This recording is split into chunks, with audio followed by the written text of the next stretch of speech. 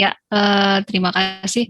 Kita lanjutkan materinya masih di hukum kedua termodinamika ya. Yang lalu itu sampai dengan siklus Carnot, perhitungan efisiensinya ya. Jadi untuk efisiensi Carnot itu nanti bisa dihitung dengan menggunakan temperatur pada cold reservoir dan hot reservoir-nya juga bisa dihitung menggunakan panas yang diserap dari hot reservoir dan panas yang dilepas pada cold reservoir, sehingga nanti tergantung ya rumusnya. Kemudian ini ada tanda plus, meskipun nanti dalam kiceknya itu tandanya negatif karena dia di cold reservoir-nya itu melepas panas, sehingga kalau melepas panas kiceknya akan negatif ya. Oke, kita lanjutkan materi selanjutnya. Nah, dari persamaan ini ya, diingat-ingat dari persamaan yang ini itu ya, saya tulis kembali, ini bisa kita atur ulang posisinya sehingga nanti QH ini dibagi dengan TH dan QC dibagi dengan TC, sehingga nanti kalau digeser pada satu sisi yang sama, maka nanti perbandingan antara panas ya dalam heat reservoirnya dan juga terhadap temperaturnya itu jika dijumlahkan ini nilainya adalah sama dengan 0 gitu ya. Nah, di mana ini tuh merupakan ya, jadi QH per TH ini merupakan kuantitas panas di hot ya pada TH, kemudian kalau QC ini adalah perubahan kuantitas panas di cold reservoir pada, oh mohon maaf ini salah ya, saya benarkan dulu, ini harusnya TC.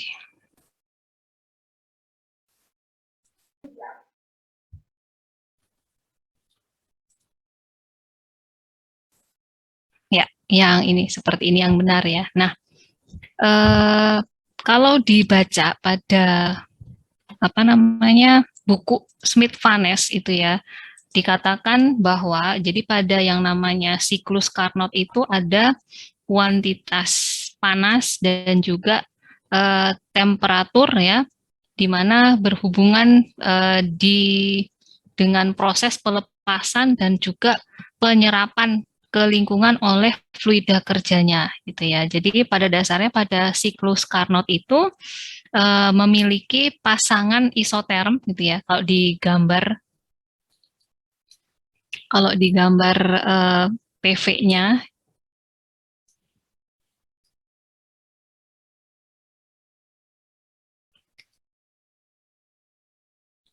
sebentar kok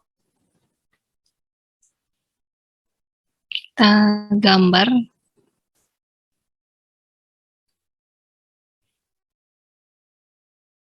Ini ya kira-kira. Nah, ini kan ada isoterm yang TH dan ada isoterm yang TC. Ini ada Ki yang diserap dan ini ada Ki yang dilepas.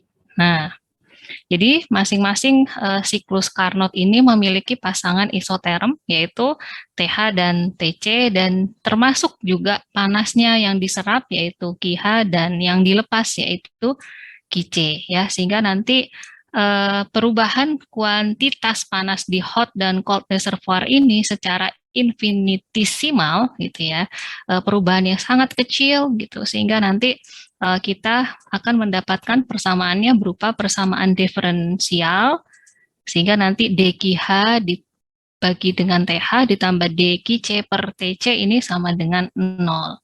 Nah, ini itu dapat jadikan satu ya menjadi deki reversible per T, karena kan kalau siklus Carnot ya pada mesin Carnot dia kan sifatnya reversible ya, yang bisa balik lagi ke keadaan semula gitu ya. Nah, di sini ada tanda integral lingkaran, ini menyatakan lingkarannya ini adalah menyatakan prosesnya itu siklus ya, siklik ya. Sedangkan ref ini dia menyatakan prosesnya itu adalah reversible, dapat kembali ke semula. Nah, atau juga dapat dituliskan sebagai integral siklus gitu ya dari delta Q-ref per T ini sama dengan 0. Nah, untuk proses yang reversible ya, maka nanti sebelumnya dari sini maka nanti akan muncul suatu properties yang baru yang disebut dengan entropi gitu ya. Dan pada proses reversible maka perubahan entropinya itu sama dengan dQref per T ya. Jadi dST ini adalah perubahan entropi total atau total entropi gitu ya. Kemudian dQref ini merupakan perubahan panas reversible ya, dan T ini ya pada suhu tersebut ya. Nah, persamaan ini digunakan untuk sistem homogen yang tertutup dan reversible. Kalau persamaan ini juga bisa dirubah posisinya ya, sehingga T-nya ke sebelah kanan menjadi dQref sama dengan T dikalikan dengan dST ya, merupakan perubahan total entropinya. Kemudian kalau perubahan entropi untuk proses yang irreversible, maka nanti Q irreversible-nya ini kurang dari TdS gitu ya. Jadi kalau dilihat dari pernyataannya si Clausius ya.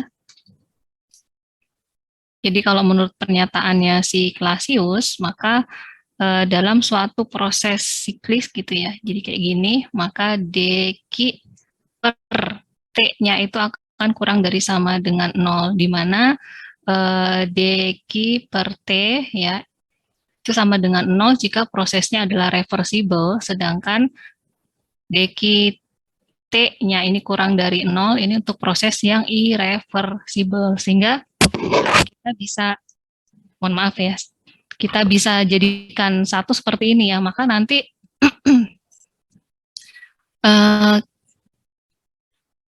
Q reversible ya bisa jadikan dq irreversible itu lebih kecil dibandingkan dengan dq reversible-nya. Ya, karena kan di sini kan TdS-nya sama dengan dq reversible-nya, sehingga dq irreversible-nya ini akan kurang dari dq reversible-nya ya. Maka nanti untuk efisiensinya juga sama, maka efisiensi irreversible-nya akan kurang dari efisiensi reversible-nya. Nah, perubahan entropi ya, perubahan entropi baik itu sistemnya reversible atau prosesnya itu reversible atau maupun irreversible itu adalah identik, karena pada dasarnya S ini merupakan fungsi keadaan seperti halnya entropi, kemudian energi dalam itu adalah fungsi posisi gitu ya, atau fungsi keadaan, sehingga dia ini nanti adalah identik, karena kalau mau proses reversible irreversible kan itu nanti keadaannya sama ya, 1 ke 2 atau 2 ke 1 kan sama, berarti nanti dia bentuk perubahan atau hasil perubahan entropinya itu adalah identik. Nah, untuk satuannya ini sama ya, entropi kan juga energi, jadi dalam Joule per Kelvin. Nah, ini kita bisa lihat di sini ya, jadi ini ada 2 part. Jadi ada A ke B ini melalui jalur C dan ada yang melalui jalur D ya. Dan ini semua prosesnya adalah reversible. Jadi kalau kita mau mencari perubahan entropi melalui jalur C ya, maka nanti delta ST-nya, jadi perubahan entropi totalnya itu sama dengan integral dari dQref per T jalur A, C, B, dan kita menggunakan jalur yang D, di mana delta S atau perubahan entropi totalnya melalui D ini adalah integral dQref per T dari jalur ADB ya. Nah, karena di sini Q ini menyatakan kuantitas dari panas yang ditransfer dari reservoir pada temperatur T ya, dan karena perubahan entropi itu adalah fungsi dari posisi ya, bukan dari fungsi jalannya gitu ya, istilahnya lintasannya ya, maka nanti perubahan entropi totalnya itu rumusnya adalah SBT dikurangi dengan SAT gitu ya. Jadi entropi akhir dikurangi dengan awal. Maka untuk proses reversible dan irreversible itu akan identik. Nah, kemudian ya kita masuk ke entropi untuk perubahan entropi pada gas ideal. Jadi di sini untuk satuannya mol atau unit massa dari fluida yang mengalir secara mekanika reversible dalam closed system nanti berdasarkan hukum ke1 termo ya kan, DU itu sama dengan Q plus W gitu kan. Ini sebenarnya asal mulanya kalau diingat-ingat lagi pas hukum 1 termo, maka DU itu akan sama dengan DQ plus DW. Nah, karena di sini Q-nya reversible, ya, sehingga nanti akan menjadi seperti ini, di mana kita tahu yang namanya W ini adalah P min P dV, sehingga nanti persamaannya akan menjadi seperti yang persamaan ini. Nah, kalau persamaan ini kita juga tahu bahwa hubungan antara U dengan entalpi gitu ya. Jadi H itu sama dengan U ditambah dengan PV, kemudian diturunkan, maka nanti turunan dari entalpinya ini ya menjadi DH sama dengan DU ditambah PdP plus VdP. Nah, selanjutnya jika persamaan ini kita masukkan ya ke dalam persamaan ini akan diperoleh persamaan yang ini ya, di mana U-nya ini diganti dengan H min PdV min VdP gitu ya. Kemudian ditata ulang ke sebelah kanan untuk PdV dan VdP-nya, sehingga nanti PdP dan PDV dari entalpinya ini bisa saling mengurangi ya, sehingga nanti akan diperoleh DH itu sama dengan dqref plus VdP gitu ya. Atau kalau dibalik ingin dicari perubahan panas reversible-nya, maka nanti dqref itu sama dengan DH min PDV ya. Nanti silahkan dijabarkan kembali benar apa enggak ya, dicoba. Nah, kemudian untuk gas ideal kita tahu ya bahwa DH perubahan entalpi itu kan sama dengan CPDT ya, di mana CP-nya CPI ideal gas ya, IG ya, dan di sini ya V itu kan juga pada gas ideal kan RT per P ya, maka nanti pada kalau kita substitusikan gitu ya di sini ya untuk nilai CPIG-nya tadi ya dikalikan DT, dan di sini V-nya diganti menjadi RT per P, maka akan menjadi persamaan yang seperti ini. Kemudian dibagi dengan T sehingga nanti diperoleh persamaan yang ini. Nah, nanti berdasarkan tadi ya pada yang sebelumnya di sini dqref itu kan sama dengan T dikalikan dengan DST-nya. Nah, kita ganti dqref-nya ini dengan dqref per T-nya ini dengan DST ya. Sehingga nanti persamaan ini akan menjadi seperti ini. Nah, kemudian kita bagi dengan R gitu ya. Karena untuk efisiensi aja, karena di Smith-Van Ness itu CP-nya, CP fungsi T-nya itu adalah CP per R gitu ya, sehingga nanti kalau kita bagi dengan R-nya maka DSIG per R sama dengan CPIG per RDT per T min DP per P gitu ya. Nah, di sini SIG ini adalah molar entropi dari gas ideal, jadi atau entropi molar ya dalam satuan mol gitu ya. Nah, kalau persamaan ini kita integralkan gitu ya, maka diintegralkan dengan batas antara T0 ke T dan P0 ke P gitu ya, atau dari kondisi mula-mula T0 dan P0 ke kondisi akhirnya T dan P, maka nanti akan diperoleh persamaan yang ini. Nah, ini kan menjadi len ya. Kemudian kita masukkan P min P0-nya, kemudian ya ini kan menjadi integral CP per R dt per T. Nah, nilai dari CP per R-nya ini kita bisa lihat di appendix gitu ya. Kemudian kalau kita selesaikan dengan seperti DT-nya ini, maka akan diperoleh persamaan yang ini. Nah, ini merupakan hasil dari integral CP R DT per T ya. Ini sudah saya tuliskan. Sehingga nanti ya bisa ini jadi kalau misalnya nanti dicari perubahan entropi dengan menggunakan CP fungsi T, maka rumus yang digunakan adalah ini gitu ya. Nah, nanti kalau misalnya yang ditanyakan itu tidak mengandung R gitu ya, maka nanti R-nya tinggal dikalikan, digeser ke arah kanan ya, dikalikan ke sini. Nah, untuk menghitung perubahan entropi pada gas ideal itu juga bisa dengan menggunakan kapasitas panas rata-rata atau mean heat capacity-nya, ya, di mana dirumuskan oleh Vanes di sini bahwa CPIGS-nya itu adalah integral CPIG dt per T dibagi dengan ln T per T0 ya. Nah, sehingga gitu ya, kalau kita mau menggunakan CP rata-rata per R gitu ya, maka nanti rumusnya setelah ini diintegralkan akan menjadi seperti ini. Karena kan tadi di sini A ln T per T0-nya dibagi ln T per T0-nya habis ya, sehingga nanti yang akan membagi ln T per T0-nya adalah mulai dari B sampai dengan D di sini.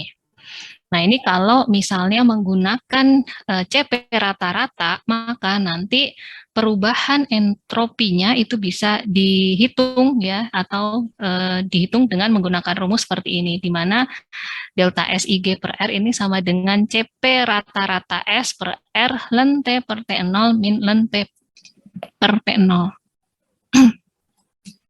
Nah, S atau subscript S ini menyatakan bahwa ini adalah nilai spesifik untuk perhitungan entropi ya. Karena rumus ini kalau kalian kembali lagi ke slide yang dulu ya, PPT yang dulu, itu di sini CPH ya, yang untuk perhitungan entalpi itu rumusnya berbeda gitu ya, berbeda. Kalau di entalpi kemarin nggak dibagi dengan ln T per T0 ya.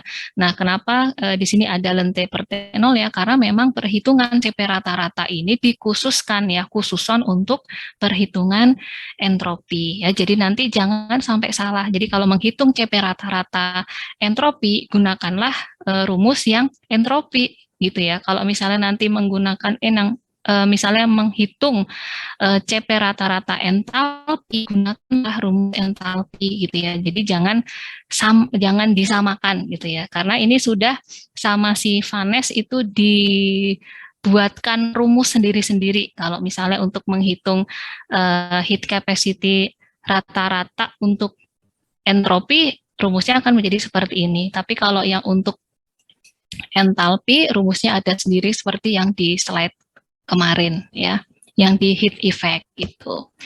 Nah, jadi ini saya ulang lagi. Jadi kalau misalnya ingin menghitung perubahan entalpi pada gas ideal per R itu di mana CP-nya adalah fungsi suhu, itu bisa menggunakan rumus yang ini. Tapi kalau misalnya nanti mau menggunakan CP rata-rata, maka nanti bisa menggunakan rumus yang ini ya. Oke, bisa dipahami ya? Bisa? Halo, bisa ya. Yang jawab Naim terus.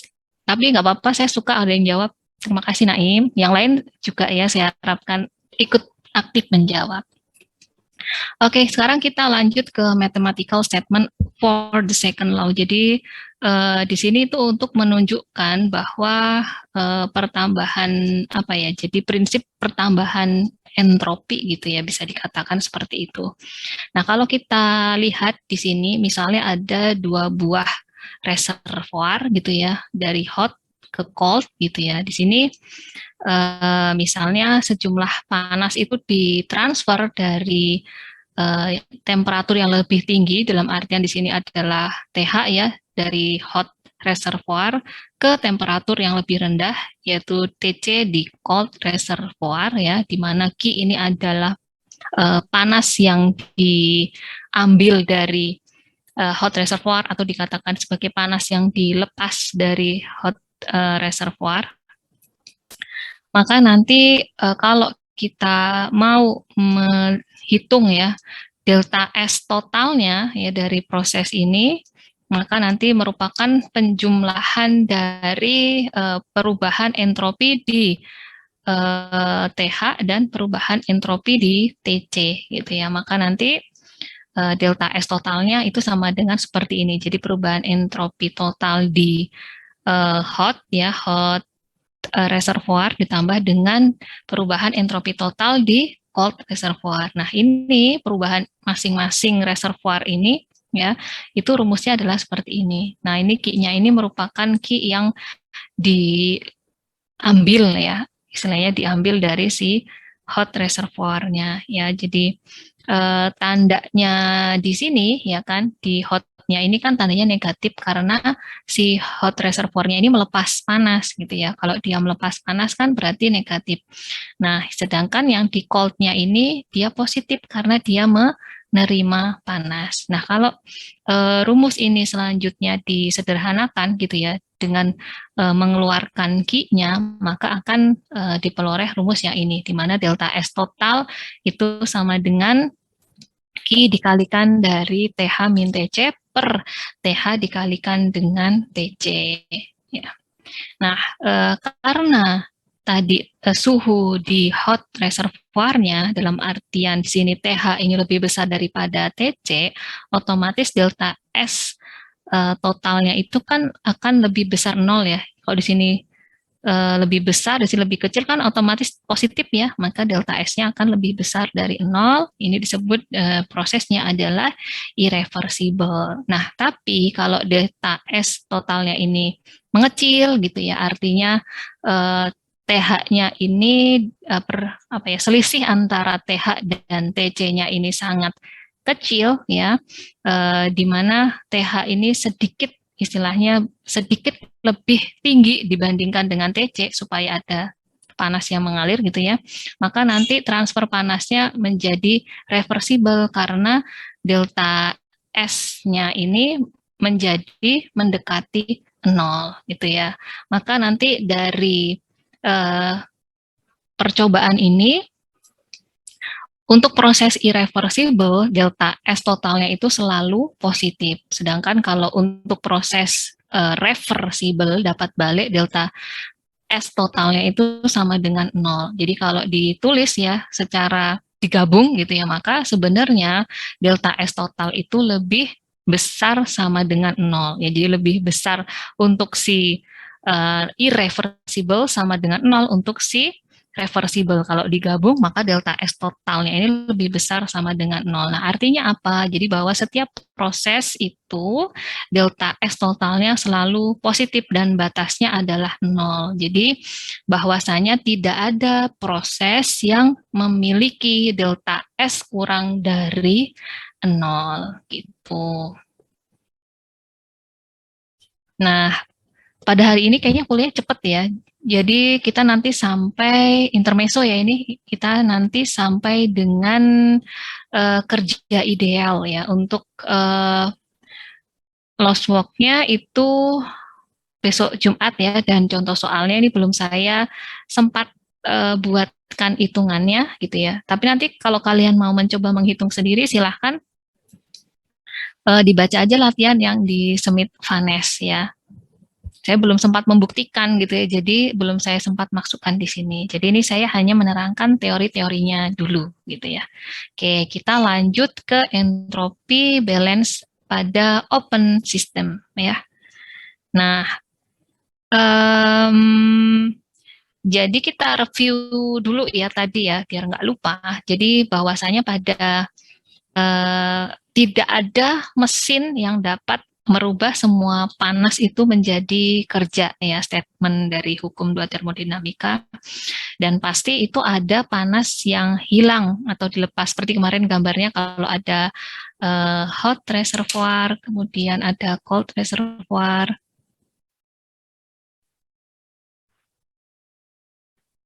Ya, yang pertama kita ingat-ingat dulu. Jadi kalau misalnya ada hot reservoir, ada cold reservoir gitu ya. Di sini bahwasanya tidak ada, ini prosesnya siklusnya, tidak ada panas yang istilahnya tidak ada mesin yang dapat merubah semua panas ini yang diambil dari hot reservoirnya menjadi kerja gitu ya. Pasti ada yang dilepas ke cold reservoir itu ya dalam kalau di sini tulisnya sebagai QC ya, ini QH kayak gitu. Dan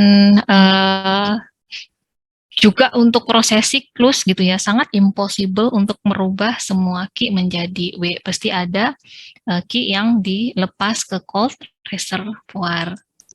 Nah, kita kembali ke neraca panas ya. Jadi pada neraca panas di mana di sini dinyatakan dengan laju gitu ya, bahwa di sini kita bisa melihatnya. Jadi temperature of change of entropy in control volume. Jadi ini merupakan akumulasi ya. Jadi di sini adalah akumulasi entropi dalam sistem kontrol volume dikurangi ditambah dengan entropi yang dibawa oleh sistem ya yang mengalir, ini ada flowing streamnya, ditambah dengan entropi dari sekeliling itu sama dengan entropi total atau sama dengan laju entropi total. Karena di sini tadi dalam laju ya, jadi silahkan ditambahkan kalimatnya masing-masing. Jadi tadi saya ulangi ya, jadi laju akumulasi entropi dalam sistem kontrol volume ditambah dengan laju entropi yang dibawa oleh sistem yang mengalir ditambah dengan laju entropi dari sekelilingnya sama dengan laju entropi total. Nah, ini jadi kalau persamaan ini dibuat rumus matematikanya menjadi seperti ini ya. Nah, ini DMS, ini kontrol volume, artinya M-nya ini masanya yang mengalir gitu ya. Kemudian ini S-nya itu adalah entropi, ini berubah terhadap waktu ya, ini merupakan akumulasi, kemudian yang ini merupakan entropi yang mengalir ya, yang dibawa oleh sistem yang mengalir, maka di sini M-nya ini dalam laju ya, berarti suatu massa per detik gitu ya, persatuan waktu. Ini Fs-nya itu artinya adalah flowing stream ya, singkatannya menjadi Fs. Kemudian di sini dst sur ya, surrounding per dt sama dengan S dot, ini menyatakan bahwa dia ini adalah laju dari entropi ya dalam satuan waktu per G-nya ya, degeneration ya, yang dihasilkan, yang digenerate ya, itu akan lebih besar sama dengan 0. Seperti tadi ya, delta S totalnya itu lebih besar sama dengan 0. Kalau lebih besar 0 untuk irreversible, kalau sama dengan 0 untuk reversible, tapi dituliskannya menjadi lebih besar sama dengan 0 gitu ya. Jangan sampai lupa ya. Nah, di sini nanti ada, kita bisa menuliskan ya untuk laju atau perubahan entropi dari lingkungan ini menjadi sigma Q dot J per T sigma J gitu ya, di mana Q dot J-nya ini menunjukkan laju perpindahan panas ke dalam sistem, kemudian T sigma J-nya ini menunjukkan temperatur dari lingkungan atau sekelilingnya. Nah, kalau nanti ini ya kita gantikan ke sini, maka nanti rumusnya akan menjadi seperti ini. Nah, untuk alirannya yang jenis prosesnya yang steady state gitu ya, maka nanti akumulasi ya ini akan sama dengan 0 ya. Di sini sudah dituliskan, mohon maaf ini saya copy dari dari Smith-Vaness ya, belum saya artikan ke bahasa Indonesia, tapi saya yakin di sini bahasa Inggrisnya bagus ya. Nah, sehingga nanti kita kembali lagi ke sini, kalau prosesnya adalah steady state flow, maka nanti akumulasinya ini akan menjadi 0 ya, sehingga nanti ini sama dengan 0, persamaannya tinggal yang ini aja gitu ya. Tinggal yang perubahan entropi akibat apa tadi yang dibawa oleh sistem yang mengalir sama dari sekelilingnya gitu ya, sama ini yang dari sekelilingnya. Nah, kemudian kalau di sini alirannya tunggal gitu ya, dalam hal ini hanya ada satu yang masuk dan satu yang keluar gitu, maka nanti artinya M dot-nya ini akan sama antara input dan output-nya, sehingga kita bisa membagi gitu ya, ini dibagi dengan M dot, maka nanti akan menjadi delta S sama dengan sigma J gitu ya. Ini harusnya sudah enggak dot ya, harusnya ini J ya, nanti ini dihapus ya, karena kan ini sudah dibagi dengan M dot-nya ya, ini sudah bukan berupa aliran ya. Nanti tolong diperbaiki ya, ini mungkin Smith-Vanes juga typo ya. Ini menjadi sigma J, J per T sigma J ya, ingat-ingat ini bukan dot ya, sudah bukan laju lagi ya, maka nanti sama dengan SG-nya, jadi sama dengan entropi yang digenerasi lebih besar sama dengan 0. Nah, persamaan yang 518 ini didasarkan pada unit massa yang mengalir ya, dalam satuan massa yang mengalir melalui kontrol volume gitu ya. Kalau yang ini tadi masih dalam satuan waktu, kalau yang ini itu sudah dalam satuan massa, sehingga ini di sini kalau dibagi dengan M dot, maka harusnya di sini hilang ya dotnya ya. Nah, kita sudah mau selesai ini ya. Ya nggak apa-apa ya, nanti senang nggak kalau misalnya selesainya tidak tepat waktu jam 4 lebih, nggak apa ya? Nggak apa-apa. Nggak apa-apa ya. Ya, karena itu ya, sebenarnya saya belum ya bisa sih, cuma saya belum menyiapkan yang lost work-nya ya, tapi nanti oke, bisa lah.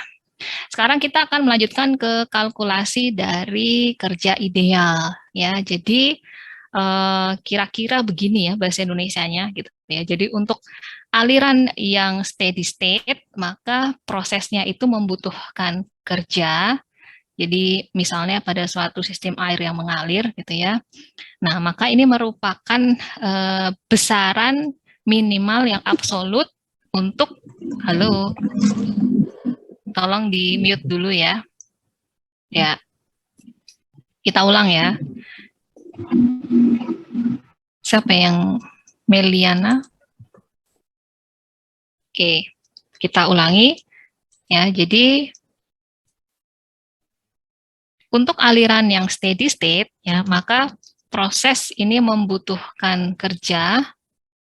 Misalnya sistem air yang mengalir tadi itu kan, maka ini merupakan suatu besaran minimal absolut yang digunakan untuk, jadi ini minimal ya, minimal absolut yang digunakan untuk merubah keadaan dari sistem yang mengalir pada kontrol volume tersebut. Nah, untuk proses ya steady state tapi yang menghasilkan kerja, kalau ini dilihat kalimatnya ya, kalau membutuhkan kerja maka dia membutuhkan minimal amount of work-nya ya, tapi kalau dia ini menghasilkan kerja maka nanti nilainya adalah absolut maksimum ya, jadi nilai maksimal absolut ya yang didapat ya dari perubahan keadaan dari sistem yang mengalir pada kontrol volume tersebut. Nah, sebenarnya nilai-nilai ini ya, nilai ini itu dapat diperoleh jika yang jelas perubahan keadaannya itu merupakan atau berhubungan dengan prosesnya itu irreversible atau reversible gitu ya. Nah, kalau pada proses reversible gitu ya, pada proses reversible di mana entropi yang digenerasi itu sama dengan 0, sehingga nanti persamaan 517 tadi ya. Nah, ini ya 517-nya ini. Nah, ini karena dia itu adalah reversible, maka delta S totalnya atau reversible kan sama dengan 0 ya. Ingat ya, tanda lebih besar sama dengan 0 itu kalau lebih besar sama dengan lebih besar 0 itu untuk irreversible, kalau sama dengan 0 untuk reversible. Artinya kalau delta S totalnya atau panas yang digenerasinya, mohon maaf, jadi kalau misalnya entropi yang digenerasinya ini sama dengan 0, artinya kan prosesnya reversible. Maka nanti persamaannya itu akan bisa menjadi seperti ini, gitu ya. Ini kalau kita posisinya kita balik ke kanan ya untuk panasnya, kemudian kita kalikan ya suhunya ke sini, maka akan diperoleh rumus yang ini gitu ya. Kemudian kita ingat lagi energy balance ya, yang dulu ya untuk flow system itu. Nah, jadi kalau dulu ini ya, jadi delta H ditambah dengan delta EP ditambah dengan delta EK itu sama dengan Q plus W gitu ya. Masih ingat kan? Masa udah lupa? Ya, delta H plus EP dengan Q plus. Ya, ini kan asal mulanya si Q-nya ya kan? Nah, maka nanti kalau dari rumus itu Q-nya kita substitusi ya dengan ini gitu ya, dimasukkan ke dalam persamaan yang itu ya. Nanti dibuka lagi yang itu yang mana gitu ya. Nanti akan menghasilkan persamaan yang seperti ini gitu ya. Nah, kalau nanti itu prosesnya reversible, maka kita sebut kerjanya ini sebagai kerja ideal. Maka nanti ditulis W ideal. Nah, kalau misalnya kita ingin menghitung W idealnya, maka kita bisa pindahkan si T delta S-nya ini ke sini, maka akan diperoleh persamaan yang ini ya.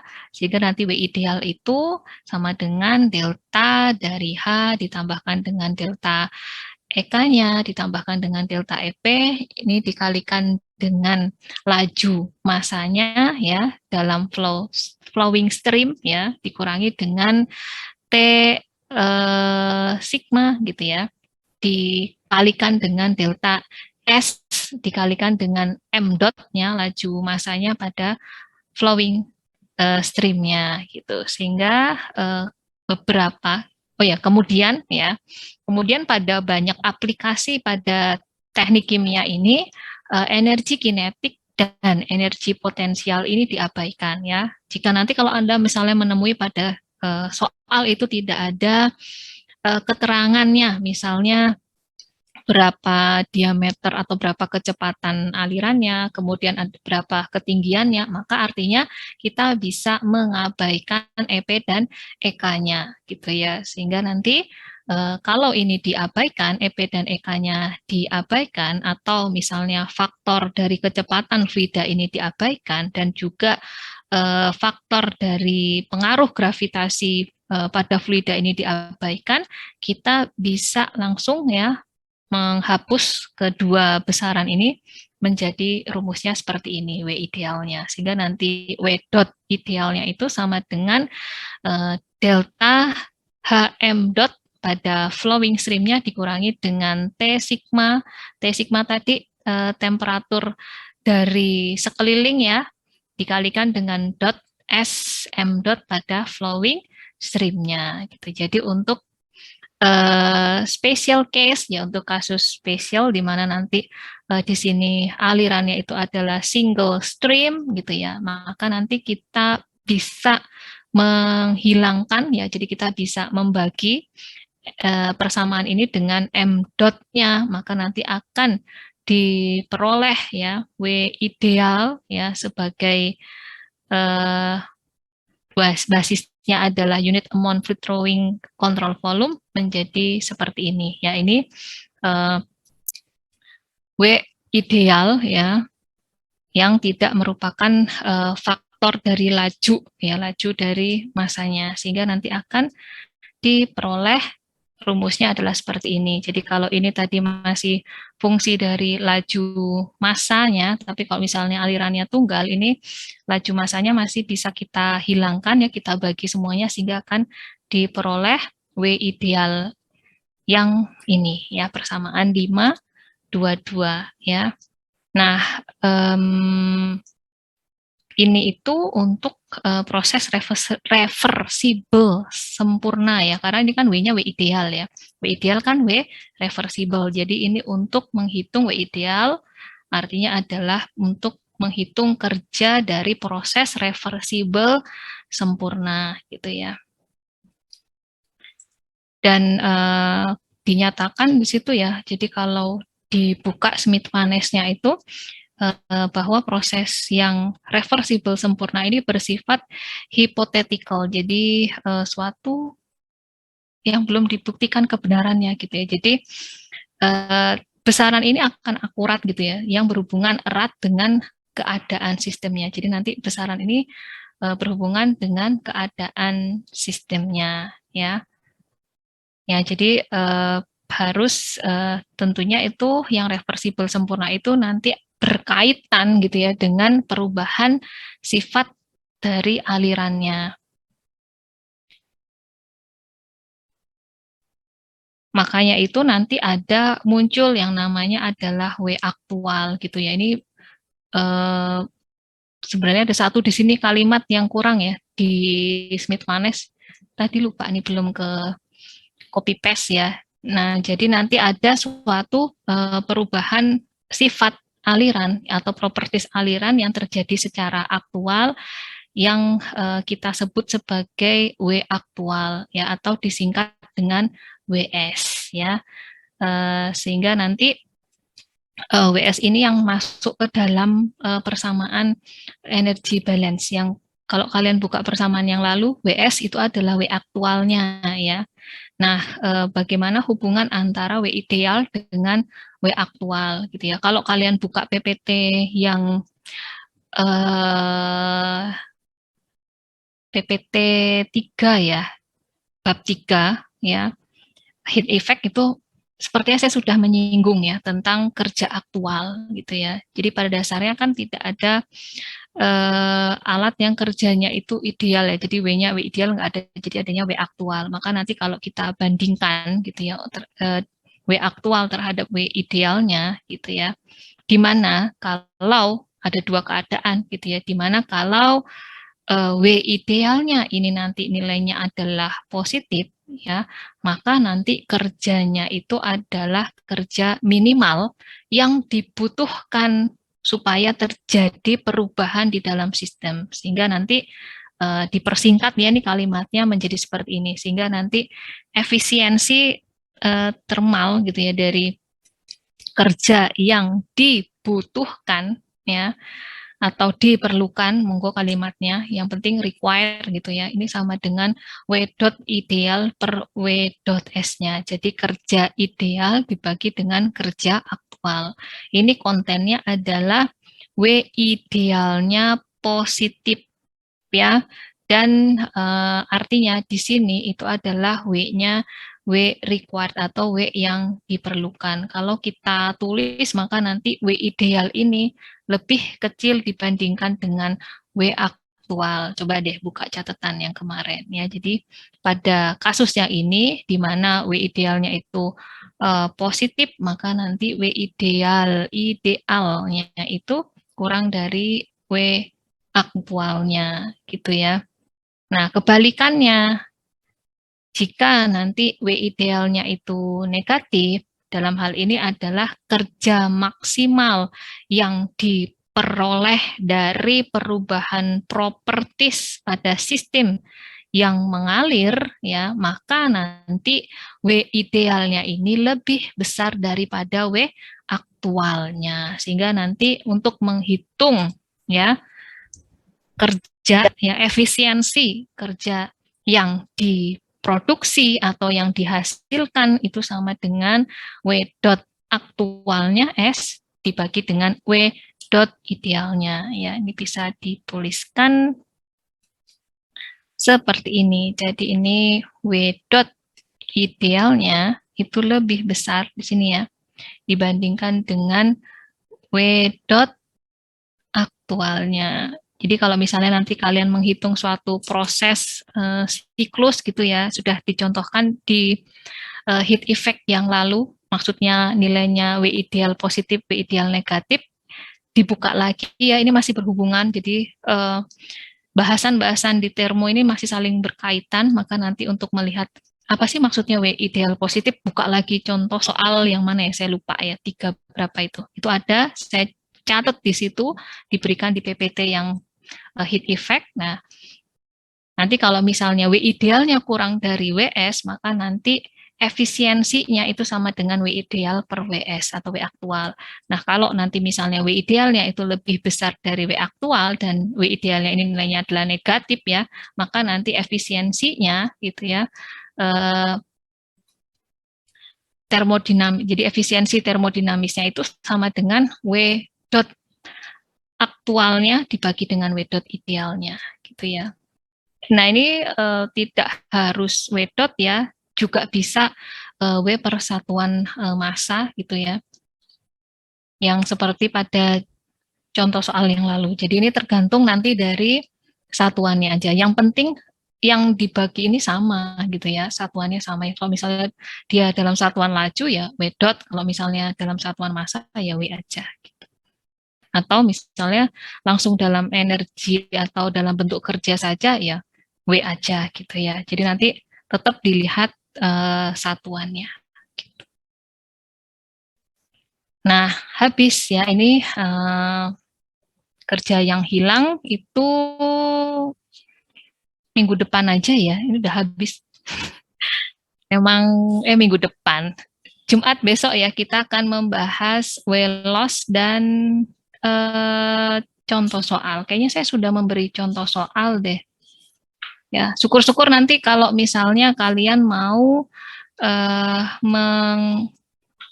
nyalin contoh soalnya sendiri boleh gitu ya.